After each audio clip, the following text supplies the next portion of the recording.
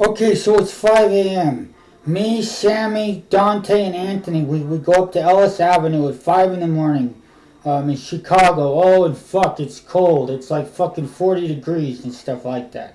We're going to meet Mr. Frank Kelly to see what our next job is or whatever. I figure it's probably more debt collecting or whatever.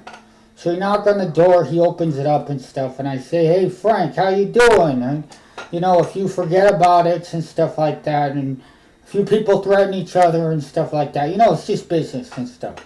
So I say, what are we going to do now? A little more debt collecting of a couple $100 bills?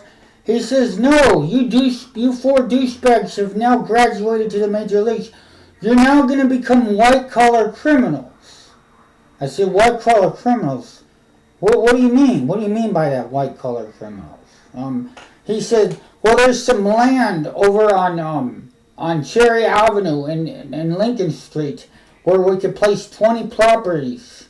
And each property could be 1,500 square feet, valued at $300,000 a property. And we could get government subsidies to finance this project and stuff, being that we all do our job. So what we got to do is go talk to people, go convince them to invest in these businesses and stuff like that. Go make familiar with these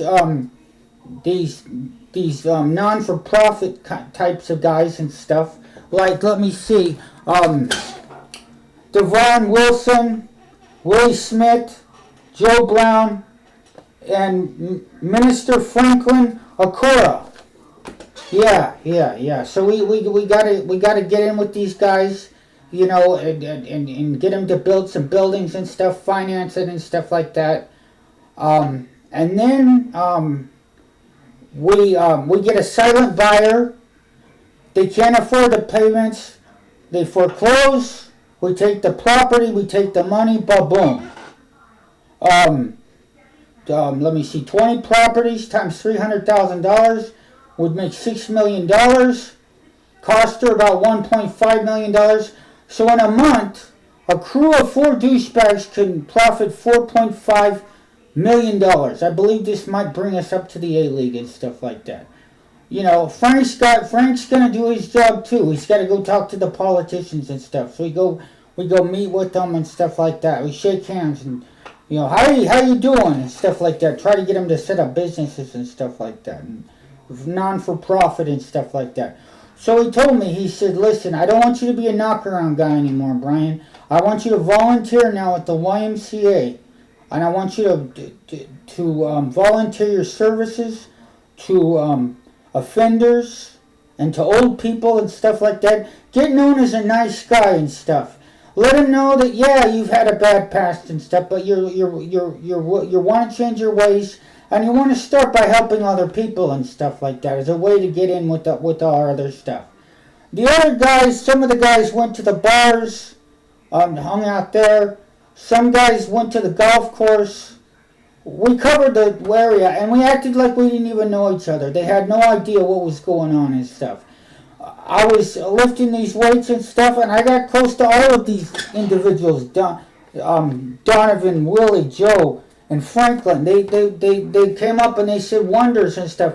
And I said, it's just too bad we can't have a gym here that kids can permanently do it. And he says, why not? I said, well, we don't got the money and stuff. And he said, well, let's get a government subsidies. Let's put it on and stuff like that. And so I said, really? You think that would work and stuff like that? He said, heck yeah and stuff. So the place got up and moving, and 3 months later, you know, it's going and stuff. And then people get this idea. They say, hey, this area is hot. Let's start putting up properties and stuff. They get government subsidies and stuff.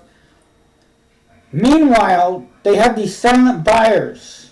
Frank Kelly, he's bringing in these people, and they're buying the property from these non-profit organizations and stuff, and setting the price at a rent they can't afford and stuff like that.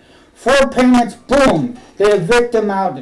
Within about 6 months, everybody's kicked out of the block, all 20 properties. It all forecloses, and we cash in and we get the money. We put it in an envelope and it disappears like thin air. Right to Italy it goes, never to be seen again. And it goes very good for me, Sammy, Dante, and Anthony. We sure cleaned up. We did our job. We worked the system. We worked together and stuff like that. We're showing that us Italians, we're not just knocked around guys. We got a fucking brain too. You remember